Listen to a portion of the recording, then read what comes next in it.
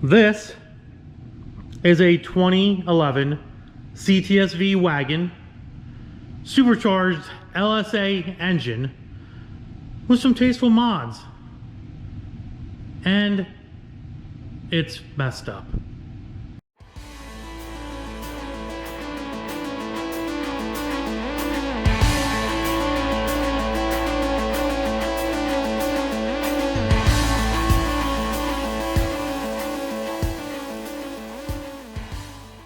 What is up, YouTube? How's everybody out there doing today? I hope you guys are having a fabulous day. Today's video is going to be a little different. I know I've had a lot of videos of my kid and how much you guys enjoy him, his Integra and his Eclipse and all the other stuff that we do together. We are going to be having a really awesome video coming out. Actually, I'm gonna show you here in a minute once I talk about it. We have to make some progress on this video first in order to show you that video. We're gonna play the whole little like game that everybody seems to be playing, and we're gonna see if it works out for us as well. But as you guys can tell, we do have the CTSV here. This is one of the two that went to the dyno a week or so ago, and this one had issues. It was having a random misfire and we couldn't figure out what was going on. I did a little work to it today. I'm going to tell you what I did, but first let's go do our little like challenge thing. All right, guys, so basically what it comes down to is if this video, okay, this video that you're watching right now gets 1,000 likes, just 1,000 likes, we will have Zach put a torch exhaust flamethrower kit on his Integra, his 97 Integra with a GSR swap, and have a little fun with that thing. So like I said, 1,000 likes in this video, and that will happen immediately. Let's get back to the show. Now, this video today is going to be a little bit of a lesson video on diagnosing stuff, basically. We're going to be using our HB Tuners data logger here. We're going to stick it inside the car, not on top of the car. And I'm going to show you some of the stuff that I do to help me diagnose issues with vehicles that we run into, especially this LSA CTSV wagon. Now, if you guys remembered from the video of the CTSVs, the two CTSVs and the ATS on the dyno, this had a random misfire going on, and we really didn't have a lot of time to really mess around with it or see what was going on, basically to change out plugs or wires or anything of that nature, because we had other stuff to do that day, and I just, I needed to get home and all that jazz, because I usually dyno on the weekends anyways. So unfortunately the wagon had to come back, the coupe went back to the customer, and the wagon had to come back here for diagnosis to see what was going on. Just a little bit of a recap. We'll get this laptop out of the way here first. So this particular setup is stock exhaust, NGK BR7EF spark plugs, Faster Proms thermal reduction plates, Faster Proms cold air intake setup, 231 upper pulley, which I know is a small pulley, but it's okay, guys, don't worry. And I think that's it. Welded brick. We welded the brick in this, and I think that's about all, if I remember correctly. Not much done to this. Very simple little big boost build. I call this a big boost build, I guess, because we're adding so much boost to this stock setup. Basically, it should see about 15 pounds of boost with this pulley once we do get it on the dyno and dynoed. It is on stock injectors, so I know it's going to run out of injection for sure, but we're going to play around with that a little bit as well, and we're going to probably dumb it down a little bit just to make it work until he gets injectors in this probably 850s. But on the dyno, we were running into major misfire issues. First it was 4, 5, and 6, and then it was a random misfire, and so on and so forth. And we didn't know what it was, and like I said, I was like, I'm just gonna get it back to the shop so I can check over it. The first thing I wanted to change was the spark plug wires, because it did have MSD wires on it.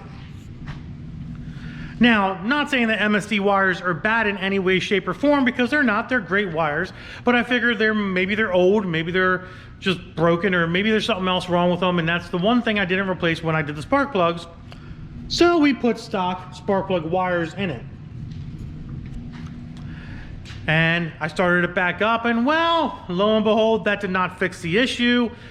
So I ended up hooking up my scanner and I'm going to show you guys what I seen. All right, first things first, start up vehicle. So the V is running. You can hear the misfire a little bit. Hopefully you guys can see me well in here. I don't know if you can, but we're going to turn the camera around. We're going to show you the actual laptop here. So you can definitely hear there is a misfire. So what we'll do is we'll start logging. All right, now that we have our scanner up and running, there's a few things we're going to be monitoring. Obviously, we're going to be monitoring misfire cylinder 1, 2, 3, 4, 5, and 6. You don't see 2 there because it's actually down here. And right there she is, number 2. So I'll go ahead and go back up to the main ones here. But as you can see, they're reading 0 right now. They're all reading 0. And we now see we start to see a change. The vehicle is heating up.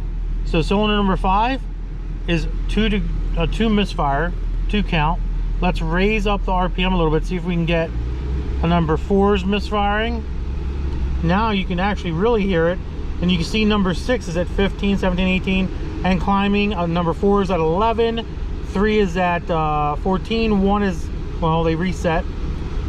They will start rising again, 1, 7. So you can see they're going up pretty bad. Number 2 down here is also, we just reset, give it a minute. Number 2 is starting to climb as well. So we actually did have a code to random misfire. You can actually hear it and everything. Pretty noticeable misfire. All right, so there's the proof. We have a random misfire. Something is going on that's causing it. Now, the first thing I'm thinking is, well, I did install faster prompts, thermal reduction plates on this vehicle, and it is torqued to spec.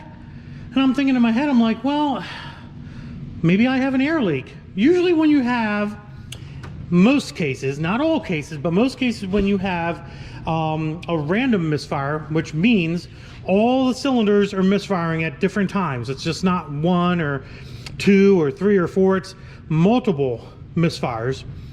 You have some sort of unaccountable error coming in after the MAF sensor, okay, that's not being read by the MAF sensor and adjusting the fuel accordingly, because the MAF sensor doesn't know. The MAF sensor is only sending in the fuel that it's reading coming through this intake.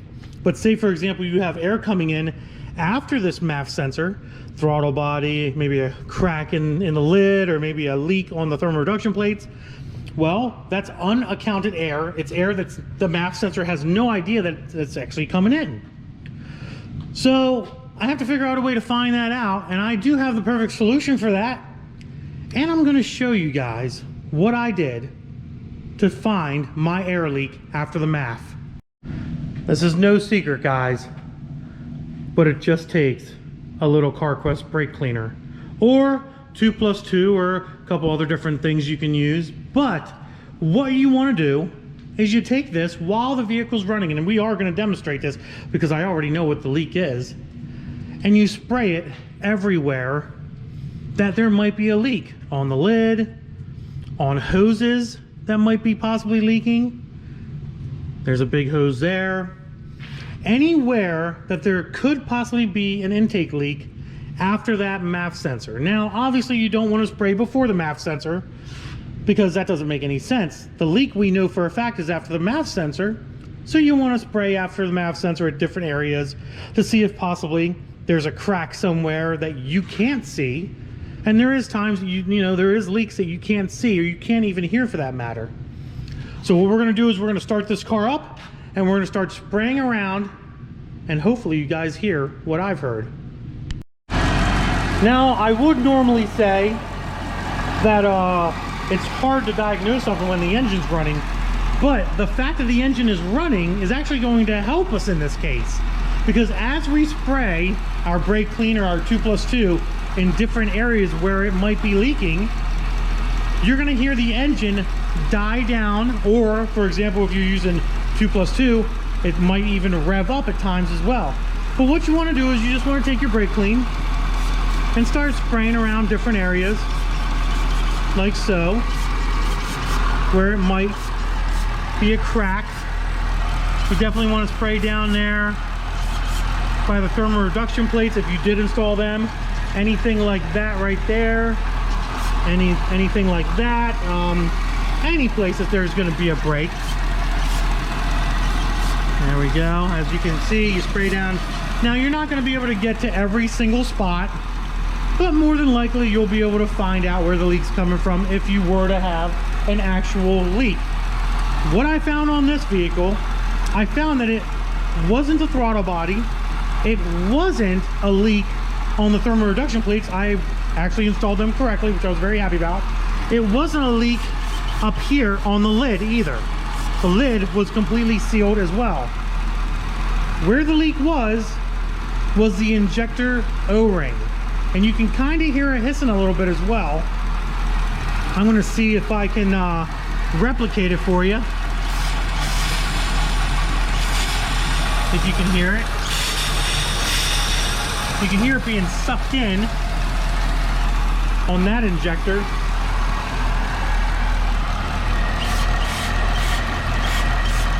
Let's see if we can get another one here. A little hard to do when you're doing it with one hand.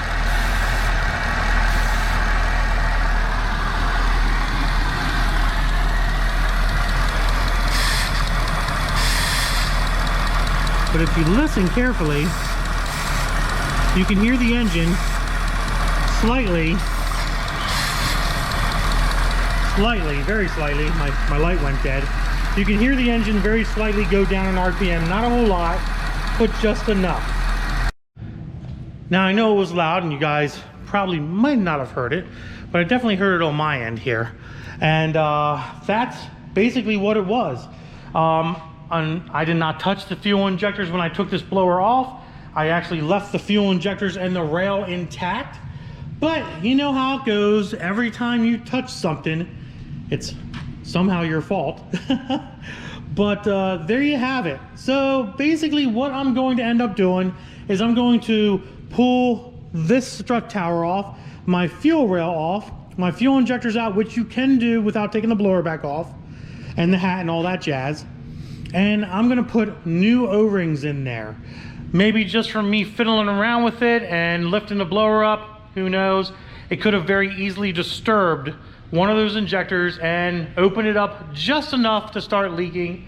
And it looks like multiple of those are leaking as well from messing around. So that'll be the step that we're gonna take on this CTSV to try to remedy the misfire issue with it. If that solves the problem, which I'm firmly believing that it will, then great. If not, then I just made a huge mistake and I don't know what the hell I'm doing. But we'll see how it all goes, guys. We'll see how it all goes. But I definitely want to show you a little bit of HP tuners. I wanted to show you some of the diagnostics that can go into it using HP tuners, obviously, and letting you know what to possibly look for, what not to possibly look for.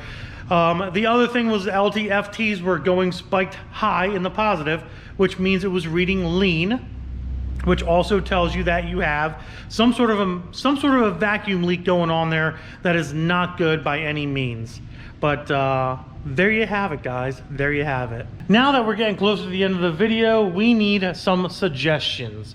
Basically, I want your guys' idea. Do me a favor, comment below and let me know what you would be interested in seeing a video on. I have lots of work here at the shop, which is great for me, but I can only pick and choose certain things to make videos of, and I want your guys' suggestions on what you would like to see next. Would you like to see Duramax content? Would you like to see Eclipse content? Or more CTSV content? Or possibly C7 or new ZL1 content?